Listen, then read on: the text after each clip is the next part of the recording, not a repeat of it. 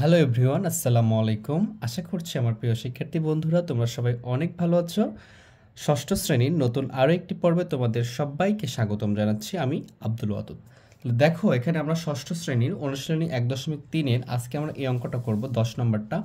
গত পর্বগুলোতে আমরা 9 পর্যন্ত সমাধান করেছি। যদি তোমরা ক্লাসগুলো করে না থাকো অবশ্যই এগুলো করে নিবা, তাহলে এগুলো বুঝতে সুবিধা হবে। দেখো, 4 অঙ্কের কোনো ক্ষুদ্রতম সংখ্যা, 4 অঙ্কের কোনো ক্ষুদ্রতম সংখ্যা। আচ্ছা, 4 অঙ্কের ক্ষুদ্রতম সংখ্যা বলতে আমরা কি বুঝি? দেখো, 4 অঙ্কের কোনো ক্ষুদ্রতম সংখ্যা বলতে আমরা বুঝি 1000। 4টা অঙ্ক 1 লিখে 3টা শূন্য, তাহলে 4 অঙ্ক হয় এবং এটা ক্ষুদ্রতম সংখ্যা হয়। এই সংখ্যা 12, 15, 20 ও 35-এর নিঃশেষে বিভাজ্য। তাহলে এরকম এমন একটা 4 অঙ্কের ক্ষুদ্রতম সংখ্যা নির্ণয় করতে হবে। নর্মালি আমরা 4 অঙ্কের ক্ষুদ্রতম সংখ্যা বলতে কি বুঝি? 1000। 1 লিখে 3টা শূন্য, ঠিক আছে? তাহলে এইখানে এই যে সংখ্যাটা নিঃশেষে বিভাজ্য হবে, এরকম একটা ক্ষুদ্রতম সংখ্যা নির্ণয় করতে হবে। তাহলে চলো আমরা বিষয়টা শুরু করি। তাহলে কিভাবে করতে পারি? প্রথম কাজ হচ্ছে আমরা এটা লসাগু নির্ণয় করব। প্রথম কাজ কি করব? লসাগু। যদি অঙ্কটা আমাদের যখন কমপ্লিট করে ফেলবো তখন বিষয়টা 100% বুঝতে পারবো তোমরা ইনশাল্লাহ, এবং আমিও এভাবে বোঝানোর চেষ্টা করবো। তাহলে এখন কথা না বেশি বলে আমরা সমাধানটা করি, তাহলে বুঝতে আমাদের সুবিধা হবে। দেখো, তাহলে আমরা লিখবো কি 12, 15, 20 ও 35। 12, 15, 20 ও 35 এর লসাগু নির্ণয়। এর লসাগু নির্ণয় করব আমরা আগে। নির্ণয়, আচ্ছা, লসাগুটা নির্ণয় করি। তাহলে লসাগু নির্ণয় করে আমরা ইউক্লিডীয় পদ্ধতিতে করব। যে বলছি আমরা অঙ্ক করার সময় কি করব? ইউক্লিডীয় পদ্ধতিতে করব, যেটা আমাদের জন্য সহজ হয়। তাহলে আমাদের কি কি আছে এখানে? যদি এখানে করতে চাই 12, 15, 20, 35। তাহলে এই পদ্ধতিটা কি আমরা জানি? সর্বপ্রথম 2 দ্বারা ভাগ করব। তো হ্যাঁ, 2 দ্বারা যাবে, এটাও যাবে, এটাও যাবে, জোড় সংখ্যা। তাহলে 6 হচ্ছে, আর এখানে কত হচ্ছে? এখানে 15 থাকতেছে, আর এখানে হচ্ছে কত? 10, আর এখানে 35 থাকবে, যাচ্ছে না এর ভিতরে। আবার 2 দ্বারা দিবা, কারণ 2টা জোড় সংখ্যা আছে। যতক্ষণ জোড় সংখ্যা থাকবে ততক্ষণ দিবা। 3 দুগুণ 6, 15-এর ভিতরে যাচ্ছে না 2 দ্বারা, 5 দুগুণ 10, আর এখানে কত? 35। আচ্ছা, যখন 2 হয়েছে এখন দেখবো 2 দ্বারা যাচ্ছে না, সব বিজোড় সংখ্যা হয়েছে। 3 দ্বারা যাচ্ছে, হ্যাঁ এটাকে যাচ্ছে, এটাকেও যাচ্ছে। তাহলে কি 3 দ্বারা গেলে 3 একে 3, 3 5 15। এটা যাচ্ছে না, এটাও যাচ্ছে না, যেটা যাবে না সেটা সেভাবে রেখে দিব। এবার দেখো 5 দ্বারা যাবে, 3 দ্বারাও যাবে না, 2 দ্বারাও যাবে না, 5 দ্বারা যাবে। তাহলে কি এটা 1, 5 একে 5, 5 একে 5, 5 7 35। এইটা দেখো মৌলিক সংখ্যা, একটাই মৌলিক সংখ্যা এবং সব মৌলিক হয়ে গেছে। তার মানে এটা লসাগু নির্ণয় হয়ে গেছে। তাহলে আমরা এখন কি লিখবো? যে অতএব নির্ণয় লসাগু। নির্ণয় লসাগু কি হচ্ছে? 2 গুণ 2 গুণ 3 গুণ 5 গুণ 7। আমরা 1 কিন্তু গুণ করব না, কারণ 1 গুণ করে যেটার সাথে গুণ করব ওইটাই থাকবে, এই জন্য 1 গুণ করার দরকার নেই। সাইডেরটা এবং এখানকার এই সাইডেরটা সবগুলো গুণ করবো, জাস্ট 1 খালি বাদ দিব। তাহলে গুণ করলে কত আসতেছে দেখো? 5 7 35, 3 35 হচ্ছে 105, আর 105 আর 105 দুগুণ কত হবে? 210, 210 দুগুণ 420। এটা হচ্ছে আমাদের কি এইখানকার গসাগু। এখন প্রশ্নে কি বলছে দেখো, 4 অঙ্কের ক্ষুদ্রতম সংখ্যা। তাহলে আমরা 4 অঙ্কের ক্ষুদ্রতম সংখ্যা লিখি।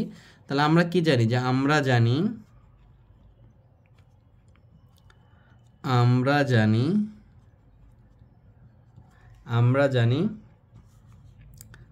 4 অঙ্কের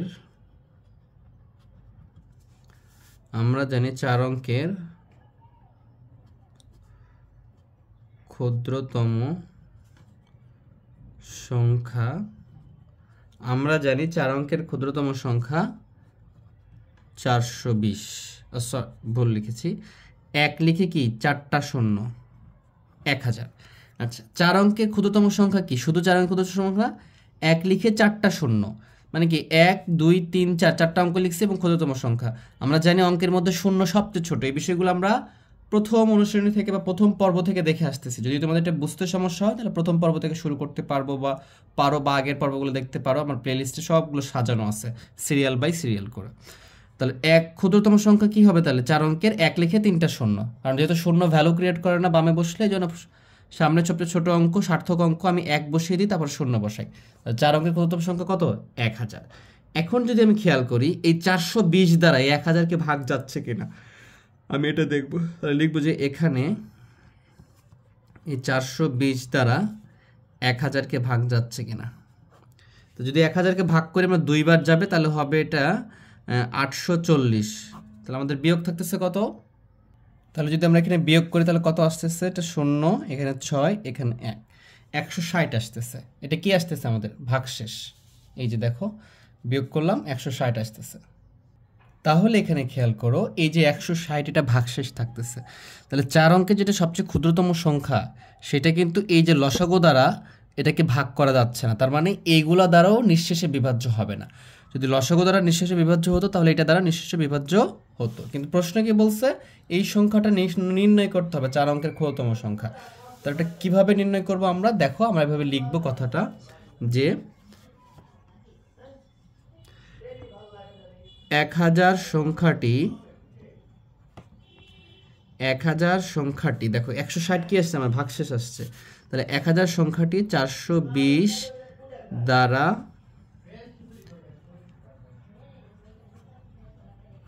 বিভাজ্য নয়। তাহলে ক্ষুদ্রতম সংখ্যাটি হবে ক্ষুদ্রতম সংখ্যাটি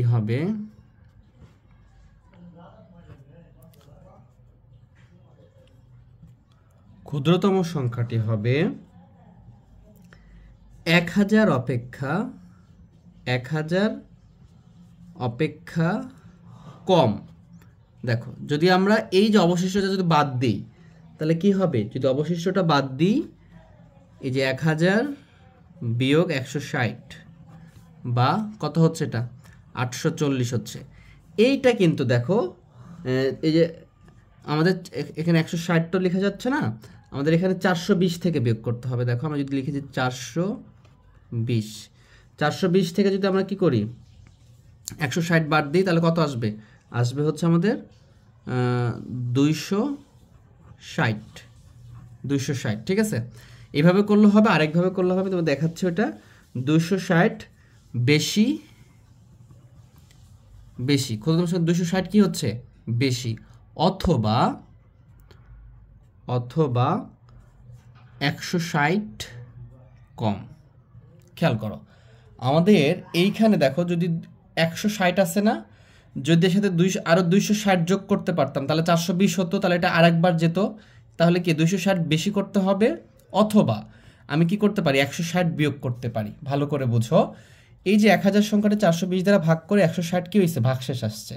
তাহলে যদি এখানে 160 না থেকে এই 160 সাথে যদি আমরা 260 মানে কি 1000 এর সাথে 260 যোগ করতে পারতাম তাহলে কি হতো? এটা 3 বার যেত। তাহলে এটা নিঃশেষে বিভাজ্য হতো।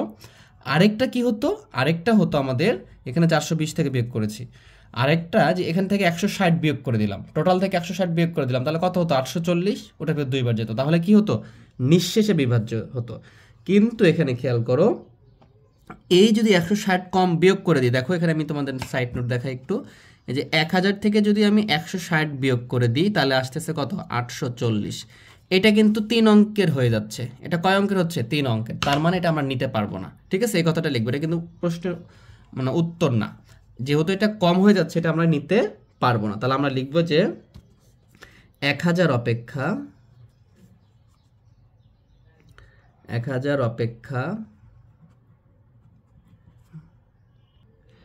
160 কম হলে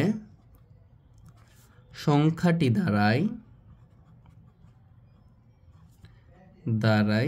কত দাঁড়ায় বলো? ওই যে আমরা দেখলাম, তাহলে লিখতে পারো যে 1000 বিয়োগ 160।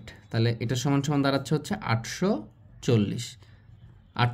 ভালো করে খেয়াল করো 840, যেটা কি 3 অঙ্কের সংখ্যা, কিন্তু এখানে বের করতে বলছে কি 4 অঙ্কের সংখ্যা। তাহলে আমরা লিখবো যে 860 যা 3 অঙ্কের।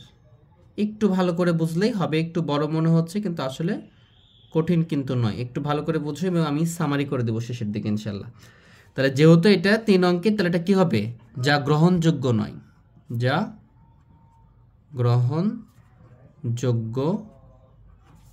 নয়। বুঝতে পারছো? এখন আমি যদি খেয়াল করি যে তাহলে 1000 অপেক্ষা তাহলে 260 বেশি করতে হবে, তাহলে এটা বিভাজ্য হবে। তাহলে আমরা এটা লিখবো যে 1000 অপেক্ষা 1000 অপেক্ষা অপেক্ষা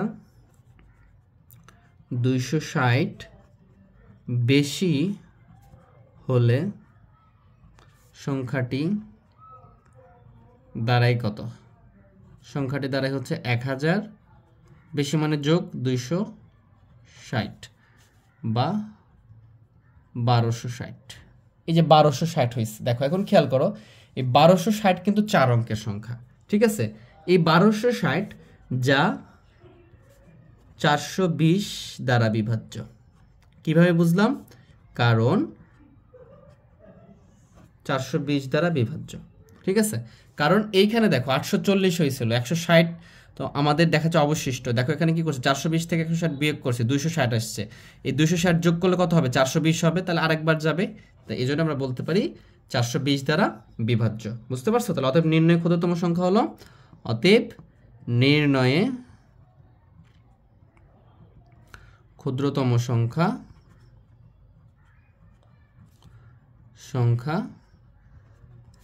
420। এটাই উত্তর, এটাই কি উত্তর। আশা করি বিষয়টা বুঝতে পারছো, ঠিক আছে? এখন আমি এটা আবার বলতেছি, ভালো করে খেয়াল করো।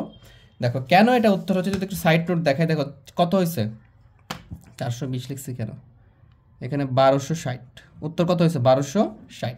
এখন খেয়াল করো, তুমি 1260কে তুমি 1260কে তুমি যদি 420 দ্বারা ভাগ করো, দেখবা 3 বার যাচ্ছে, ঠিক আছে? দেখো 3 0, 3 2 6, 3 4 12, 1260, ঠিক আছে? তাহলে নিঃশেষে বিভাজ্য হচ্ছে। আর যেহেতু 420 দ্বারা নিঃশেষে বিভাজ্য হচ্ছে, এই জন্য প্রত্যেকটা অঙ্ক দ্বারা নিঃশেষে বিভাজ্য হবে। আর এখানে এই কথাটা চেয়েছিল যে 4 অঙ্কের কোন ক্ষুদ্রতম সংখ্যা দ্বারা এটা বিভাজ্য হয়। তো আমরা জানি 4 অঙ্কের ক্ষুদ্রতম সংখ্যা 1000, কিন্তু এটা দ্বারা ভাগ হচ্ছিল না, এই জন্য আমরা এখানে 4 অঙ্কের 1260 পেয়েছি, এটা বিভক্ত নিঃশেষে বিভাজ্য হবে। তাহলে চলো আমরা পরেরটা দেখি।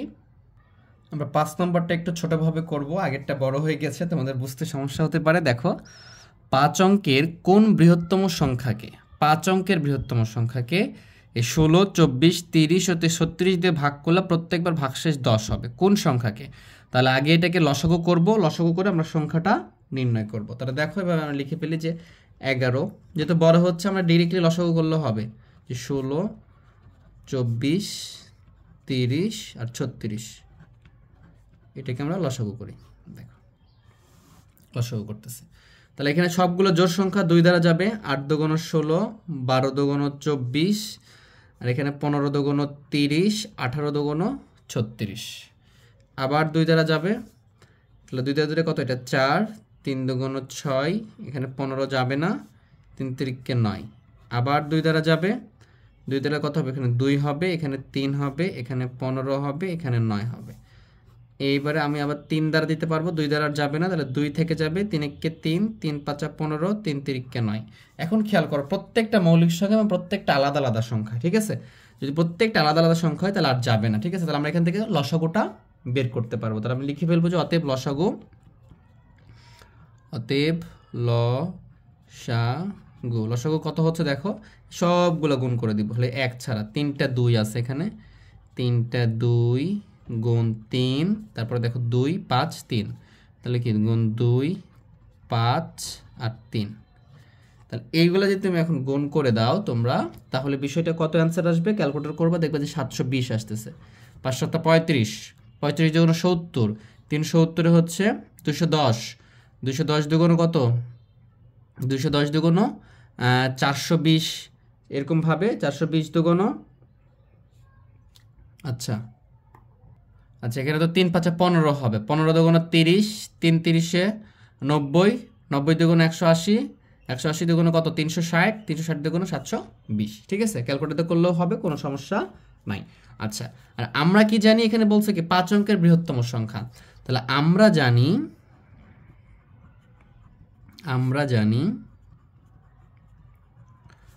5 অঙ্কের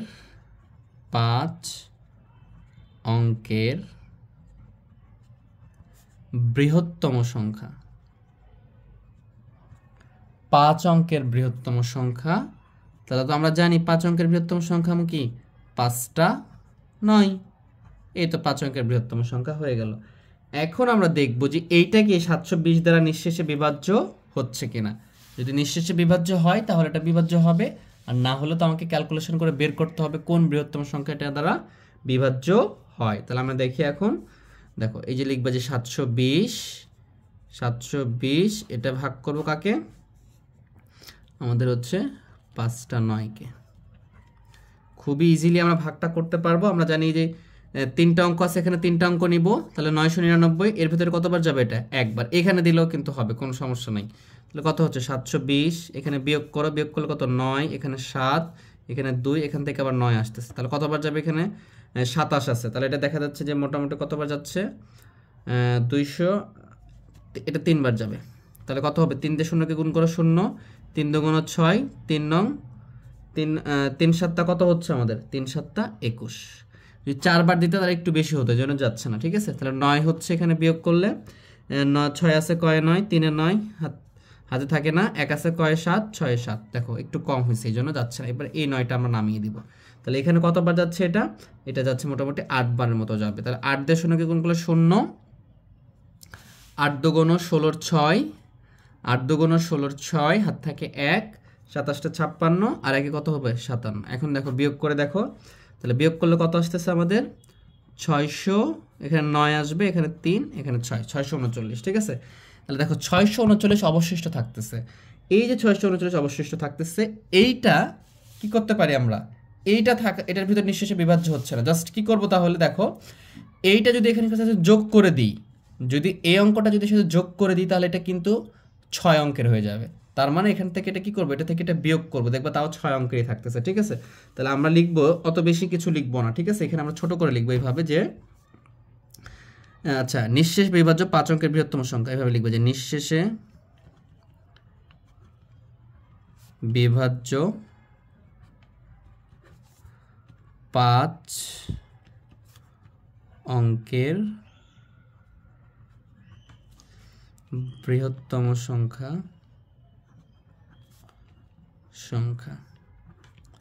আমাদের এখানে কি আছে, 5টা 9 ছিল, এইখান থেকে যদি আমি 639 বিয়োগ করে দিই তাহলে কি হবে, এই 609 আর 9 বিয়োগ করলে কত, 0, 3 আছে কয় 9, 6 9, এটা কত হবে 3, এখানে 9, এখানে 9, এই যে 99,360। এইটাকে তুমি এখন 720 দ্বারা যদি ভাগ করো তাহলে নিঃশেষে বিভাজ্য হবে, এবং এটা 138 বার যাবে, ঠিক আছে। এবং এটা থাকবে না, তাহলে ভাগশেষ এটা থাকবে না, ঠিক আছে। এবং এই অঙ্কটাকে, এখানে যতগুলো অঙ্ক আছে প্রত্যেকটা অঙ্ক দ্বারা নিঃশেষে বিভাজ্য করা যাবে। এখন প্রশ্নে ফিরে আসি। প্রশ্নে কি বলছে আমাকে, প্রশ্নে বলতেছে যে 5 অঙ্কের বৃহত্তম সংখ্যা নির্ণয় করা যায়, এগুলো দ্বারা ভাগ করলে প্রত্যেকবার ভাগশেষ 10 থাকবে। তাহলে ভাগশেষ আবার 10 থাকবে, একটা প্যাচারও লাগাই দিছে। যদি এটা না বলতো, যে আগের মতো বলতো নিঃশেষে বিভাজ্য, তাহলে কিন্তু এখানে অঙ্ক শেষ। ভালো করে বুঝো, এখানে অঙ্ক কি শেষ, এটা আমাদের উত্তর হতো। এখন বলছে প্রত্যেকবার ভাগশেষ 10 থাকবে, তাহলে ভাগশেষ 10 থাকতে হলে কি করতে হবে, এই প্রত্যেকটা অঙ্ক দ্বারা তুমি এটাকে যদি ভাগ করো তাহলে নিঃশেষে বিভাজ্য হবে এটা। তাহলে ভাগশেষ 10 থাকা লাগবে, তাহলে কি করবো, 10 যোগ করে দিব। তাহলে আমি লিখবো যে প্রশ্ন মতে প্রত্যেকবার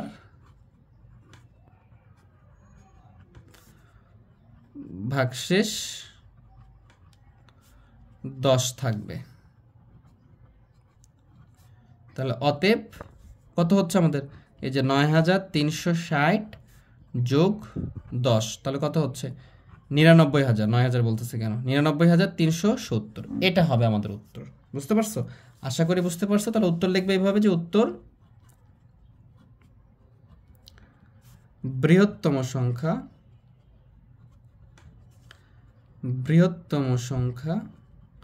99,370। এর চার সহজভাবে করা যায় না, এত ছোট। এটাতেও কিন্তু আমি যদি লিখতাম আগেরটার মতো বড় করে লিখতে পারতাম, আগেরটা আমরা ছোট করে লিখতে পারবো, ঠিক আছে। যেটা আসছিল না আমাদের, জাস্ট ওটা আমরা যোগ করে দেবো এখানে ডিরেক্টলি, তাহলে কিন্তু ওটাও ছোট করে করা যাবে। যে লিখতে পারতাম যে নিঃশেষে বিভাজ্য 4 অঙ্কের ক্ষুদ্রতম সংখ্যা, জাস্ট ওই যে ক্ষুদ্রতম 1000-এর সাথে এই 260 যোগ করে দিত আগেরটার, তাহলে এটা অ্যান্সার হয়ে যেত। এখানে অ্যান্সার শেষ। এখানে ভাগশেষ বলার জন্য আরেকটা লাইন আমাদের বাড়াইতে হলো। দেখো 12 নম্বর একটা সহজ অঙ্ক আছে, আমরা এটা করব। আমরা তো এই দুটো করলাম, একটু বড় হয়েছে আর কি, একটু কঠিন ছিল আর কি এগুলোর চেয়ে। কোনো বাস স্ট্যান্ড থেকে 4টি বাস একটি নির্দিষ্ট সময় পর পর যথাক্রমে 10 কিলোমিটার, 20 কিলোমিটার, 24 কিলোমিটার, 30 কিলোমিটার পথ অতিক্রম করে। কমপক্ষে কত দূর অতিক্রম করার পর বাস চারটি একত্রে মিলিত হবে? বাস চারটি কী হবে? একত্রে মিলিত হবে। তাহলে জাস্ট এখানে লিখে ফেলবো এদের নির্ণয়ে কমপক্ষে কত দূর দূরত্ব অতিক্রম করা, মানে ন্যূনতম দূরত্ব, তাহলে ন্যূনতম দূরত্ব হবে এইগুলো লসাগু। ঠিক আছে, জাস্ট এটা করে ফেলো, তাহলে এটা হয়ে যাবে। দেখো 12 নম্বর এটা আমাদের লিখো যে এখানে ন্যূনতম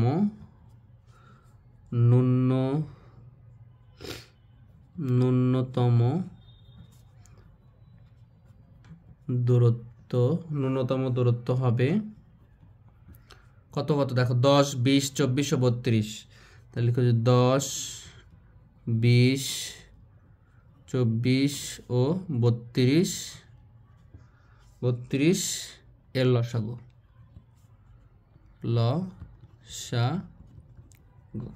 ঠিক আছে, তাহলে আমরা লসাগু করি।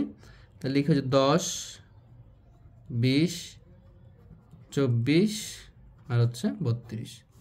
তাহলে এটাকে 2 দ্বারা ভাগ করতে পারবো আমরা। তাহলে 5 হচ্ছে, এখানে কত হবে? 10, আর এখানে 2 দিয়ে ভাগ করলে 12, এটাকে 2 দ্বারা করলে 16। এই বিষয়গুলো আমরা শিখিয়েছি, হ্যাঁ, এই জন্য আমরা দ্রুত করতেছি। এখানে আবার 2 দ্বারা দিতে পারবো, তাহলে এটা 5 হবে। এর ভিতর যাচ্ছে না বিজোড় সংখ্যা 5, এখানে কত হবে? 6, এখানে হচ্ছে 8। আবার দেখো 2টা জোড় সংখ্যা 2 দ্বারা যাবে, তাহলে 2 দ্বারাই দিবা। তাহলে কি এটা 5 যাবে না, বিজোড় সংখ্যা যাবে না। 3 দুগুণ 6, 4 দুগুণ 8। এইবারে খেয়াল করো 5 2টা আছে, তাহলে 5 দ্বারা দিবা, তাহলে 5 একে 5, 5 একে 5। বুঝতে পারতেছো? আর এখানে দেখো 3 আর 4 দুটাই আলাদা আলাদা সংখ্যা, তাহলে আর দেওয়ার দরকার নেই। ঠিক আছে, তাহলে তুমি লিখে ফেলবে এখানে যে অতএব লসাগু, আমাদের লসাগু কি হচ্ছে? এইগুলো গুণ করে দিব। 2 গুণ 2 গুণ 2 গুণ 5 গুণ 3 গুণ 4। এখন গুণ করে দাও, গুণ করলে কত আসবে? দেখো 3 4 12, 5 12 60, 60 দুগুণ 120, 120 দুগুণ 240, আর 240 দুগুণ কত? 480। এই যে 480, এটা কি? কিলোমিটার। এই 480টা এগুলো কি ছিল? এগুলো প্রত্যেকটা কিলোমিটার ছিল। দেখো প্রত্যেকটা কি ছিল? 20 কিলোমিটার, 32 কিলোমিটার, এগুলো কিলোমিটার ছিল। তাহলে 480 কি হবে? কিলোমিটার হবে। তাহলে আমরা উত্তরে কি লিখব? আমরা উত্তরে লিখব তাহলে 480 কিলোমিটার, 480 কিলোমিটার দূরত্ব অতিক্রম করার পর, দূরত্ব অতিক্রম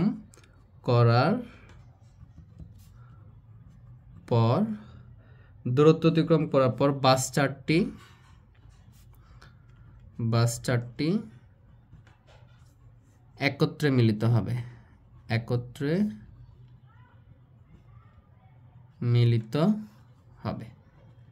তাহলে এইভাবে আমরা এটার সমাধান খুব সহজে করতে পারবো। বলছিল ন্যূনতম কত দূরত্ব অতিক্রম করার পরে একত্রে মিলিত হবে, এটা হবে 480। এরপরে দেখো খুবই সহজ অঙ্ক, সবচেয়ে সহজ অঙ্ক এই অধ্যায়ের 13 নম্বরটা। দুইটি সংখ্যার গুণফল, দুইটা সংখ্যা যদি গুণ করি তাহলে হচ্ছে 3380, এবং গসাগু, এই দুটি সংখ্যার গসাগু হচ্ছে 13। সংখ্যা দুটির লসাগু নির্ণয় করো। তাহলে এইটা অনেক সহজ অঙ্ক। এই অঙ্কটা আমরা সমাধানের মাধ্যমে আজকের পর্বটা শেষ করব আমরা এখানে। তাহলে এরকম দুইটা সংখ্যার গুণফল এবং গসাগু দেওয়া আছে, লসাগু বের করতে বলছে। আমরা একটা সূত্র জানি। কি সূত্র জানি? দেখো এখানে লিখবা যে আমরা জানি, 13 নম্বর করতেছি, যে আমরা জানি, জাস্ট এটা মনে রাখবা, এটা সূত্রের মতো। ঠিক আছে, আমরা কি জানি? যে আমরা জানি, এটা অবশ্যই এগুলো অঙ্কের ক্ষেত্রে লাগবে, যে দুইটি সংখ্যার গুণফল। আচ্ছা, আমি যদি এটা লিখি যে সংখ্যাদ্বয়ের লসাগু, সংখ্যাদ্বয়ের লসাগু, লসাগু গুণ গসাগু। এটাও কিন্তু সংখ্যাদ্বয়ের গসাগু। সংখ্যাদ্বয়ের লসাগু গুণ কি? সংখ্যাদ্বয়ের গসাগু। ব্র্যাকেট দিতে পারো এইভাবে, অথবা দুটির উপর এখানেও লিখতে পারো সংখ্যাদ্বয়ের লসাগু গুণ সংখ্যাদ্বয়ের গসাগু। ঠিক আছে, এভাবে যেভাবে ইচ্ছে লিখতে পারো। ইকুয়াল টু দুটি সংখ্যার গুণফল, ইকুয়াল টু কি? দুটি সংখ্যার, আচ্ছা জায়গা হচ্ছে না আমাদের, এই জন্য আমি লিখে ফেললাম গুণফল। এটা হচ্ছে সূত্র। এটা কি? তাহলে একটা সংখ্যাদ্বয়ের লসাগু গসাগু কি একটা সংখ্যার হবে না? দুইটা সংখ্যা লাগবে অ্যাটলিস্ট, 2টা 3টা 4টা। এখানে বলছে দুটি সংখ্যার বলছে, এই জন্য দুটি সংখ্যা গসাগু দেওয়া আছে এবং দুটি সংখ্যা লসাগু নির্ণয় করতে বলছে। এই জন্য আমরা এটা লিখছি যে সংখ্যাদ্বয়ের মানে কি, দ্বয় মানে দুইটা, সংখ্যাদ্বয়ের লসাগু গুণ তোমরা লিখবা সংখ্যাদ্বয়ের গসাগু ইকুয়াল টু দুটি সংখ্যার গুণফল। এটা হচ্ছে সূত্র আমাদের। আমি যদি এই সূত্র অনুযায়ী খেয়াল করি, আমার কি এখানে দেওয়া আছে কি দুটি সংখ্যার গুণফল দেওয়া আছে, গসাগু দেওয়া আছে, তাহলে কি দুটি সংখ্যার লসাগু নির্ণয় করতে পারবো না আমরা? পারবো। তাহলে আমরা এভাবে লিখতে পারি যে প্রশ্ন মতে লিখতে পারি কি, যে প্রশ্ন মতে লিখবে এইভাবে, ঠিক আছে? আমাকে লসাগু বের করতে বলছে না, তাহলে তুমি এভাবে লিখবে যে লসাগু গুণ, দেখো তারপরে কি লসাগুর সাথে গসাগু গুণ, গসাগু কত দেওয়া আছে 13 লিখে ফেলবা, সমান সমান দুটি সংখ্যার গুণফল কত দেওয়া আছে 3380। এই তো এখন আমরা এখানে কি লিখবো, বা লিখবো, বা লিখে লসাগুর মানটা বের করবো, লসাগু রেখে দিই, তাহলে লসাগু, তাহলে এখানে দেখো এটা গুণ আছে না, তাহলে এই পাশে আসলে কি হবে, এটা ভাগ হবে 3380, এই যে ভাগ হয়ে গেল 13। এখন এটা দ্বারা এটাকে ভাগ করে দিবা, এটা দ্বারা কি করবো, ভাগ করে দেবো, ভাগ করে দিয়ে যেটা অ্যান্সার আসবে সেটাই উত্তর 260। তাহলে অতএব উত্তর হচ্ছে কি, উত্তর হচ্ছে সংখ্যা দুটির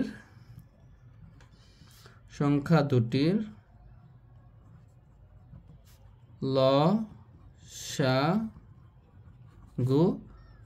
260। দেখো বুঝতে পারছো? আশা করি বিষয়টা বুঝতে পারছো। এখানে বলছিল এই জিনিসটা মনে রাখবো যে সংখ্যাদ্বয়ের লসাগু গুণ গসাগু, মানে লসাগু আর গসাগু গুণ করলে ওই দুটো সংখ্যার গুণফল পাওয়া যায়। লসাগু আর গসাগু গুণ করলে কি ওই দুটো সংখ্যার কি পাওয়া যাবে, গুণফল পাওয়া যাবে। দেখো লসাগু কত আসছে আমাদের 260, আর এখানে গসাগু 13 ছিল, দেখো দুটো গুণ করে দেখো এটা আসবে। এই জন্য আমি এই সূত্রটা লিখতে পারি, এটা সূত্রের মতো, এটা মুখস্থ রাখবা, তাহলে অঙ্কগুলা পারবা। যদি আমার ক্লাসটা ভালো লেগে থাকে অবশ্যই বন্ধুদের মাঝে শেয়ার করে দিবা, আর ভিডিওটাকে অবশ্যই একটা লাইক করে দিবা, আর অবশ্যই সাবস্ক্রাইব করো। যদি সাবস্ক্রাইব করে থাকো অসংখ্য ধন্যবাদ।